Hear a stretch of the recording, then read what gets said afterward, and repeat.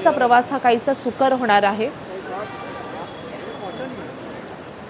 या संदर्भात अधिक माहिती देण्यासाठी आपले प्रतिनिधी अक्षय भाटकर फोनवरून जोडले गेलेले आहेत। अक्षय, आता जसं मी म्हणत होते की ठाणेकरांची प्रतीक्षा आता संपणार आहे, मात्र खरंच ही प्रतीक्षा कधी संपणार आहे आणि हा मेट्रोचा प्रकल्प ठाणेकरांच्या दृष्टीने किती महत्त्वाचा आहे? अतिशय महत्त्वाचा प्रकल्प आहे हा, कारण की ठाणेकरांची वाहतूक कोंडी घोडबंदर रोड असेल किंवा ठाण्यातले इंटरनल रस्ते असतील, यातली वाहतूक कोंडी आता सगळ्यांनाच माहिती आहे। जर या वाहतूक कोंडीतून सुटका जर हवी असेल आपल्याला, तर मात्र त्यासाठी आपल्याला या मेट्रोचा सहारा आणि आधार घ्यावा लागेल। खरं म्हणजे गेल्या अनेक वर्षांपासून मेट्रो कधीही पूर्ण होईल याकडे ठाणेकरांचं लक्ष होतं, मात्र ती मेट्रो अनेक कारणांसाठी उशिरा झाली होती। आता देखील मुख्यमंत्री म्हणाले की मधल्या काळात जे सरकार होतं, म्हणजे ठाकरेंचं जे सरकार होतं 2.5 वर्ष, त्यावेळी पूर्णतः काम बंद होतं या मेट्रोचं, त्यामुळे या मेट्रोला उशीर झालाय।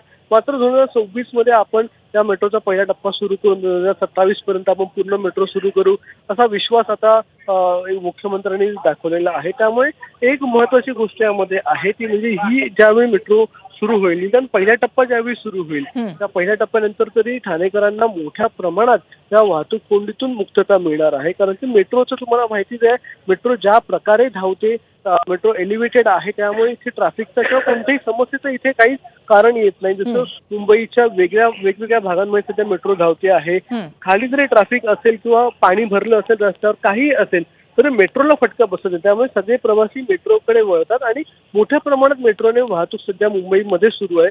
तशाच प्रकारची वाहतूक ठाण्यामध्ये देखील येत्या काळात सुरू होईल। आता पहिला टप्पा जो आहे तो आहे गायमुख पासून ते कॅडबरी जंक्शन पर्यंत असे 10 स्थानकं आहेत। यामध्ये मेट्रो 4 आणि मेट्रो 4A या दोन्ही मार्गिकांची स्थानकं जी आहेत ती एकत्रित करून हा पहिला टप्पा जो सुरू करण्यात येणार आहे। त्यामुळे मेट्रो 4A हा जो गायमुख ते मीरा भाईंदर पर्यंत हा जो टप्पा, त्यातले गायमुख हे स्टेशन आहे आणि उर्वरित जे मार्ग आहेत किंवा उर्वरित जी स्थानकं आहेत ती सगळी मेट्रो 4 ची स्थानकं आहेत। अशा प्रकारे हा पहिला टप्पा सुरू करण्यात येईल। त्यानंतर हळूहळू गायमुख पासून ते गांधीनगर जंक्शन जे विक्रोळी आणि कांजूरमार्गच्या इथे आहे, दुसरा टप्पा असेल आणि तिसऱ्या टप्प्यामध्ये गांधीनगर पासून ते वडाळा हा तिसरा टप्पा असेल, ज्यामध्ये पूर्ण मेट्रो 4 जी आहे ती सुरू होईल। मात्र त्यासाठी बराच कालावधी लागेल अजूनही अशी शक्यता आहे।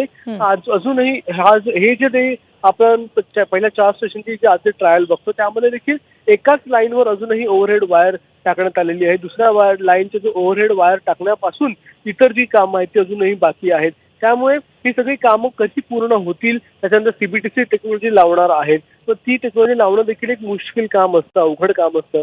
त्याच्यानंतर सिग्नलिंगची टेस्टिंग असते, त्याच्यानंतर अनेक कामं असतात। त्याच्यानंतर जे मेट्रोचे जे आयुक्त आहेत, सुरक्षा आयुक्त, ते येऊन पाहणी करतात आणि ते केल्याच्या नंतरच मेट्रोमध्ये आपल्याला प्रवास करता येतो। तोपर्यंत त्याचं प्रमाणपत्र मिळत नाही, तोपर्यंत त्या प्रवास करता येत नाही। अशा अनेक गोष्टी आहेत, त्यामुळे जोपर्यंत या सगळ्या गोष्टी होत नाहीत तोपर्यंत मेट्रोमधून प्रवास करणं दुर्लभ आहे। मात्र जसा आता मुख्यमंत्र्यांनी विश्वास व्यक्त केला की महापालिका निवडणुका असतील त्याच्या आधी किंवा पुढच्या वर्षाच्या आधीच, याच वर्षाच्या शेवटापर्यंत ही मेट्रो जी आहे ती आपल्याला ठाणेकरांना मिळेल अशी त्यांनी विश्वास व्यक्त केलेला। पाहूयात किती लवकरात लवकर काम होतंय आणि ते काम झाल्याच्या नंतर कशा प्रकारे ही मेट्रो जी आहे ती ठाणेकरांना वापरायला मिळते ती।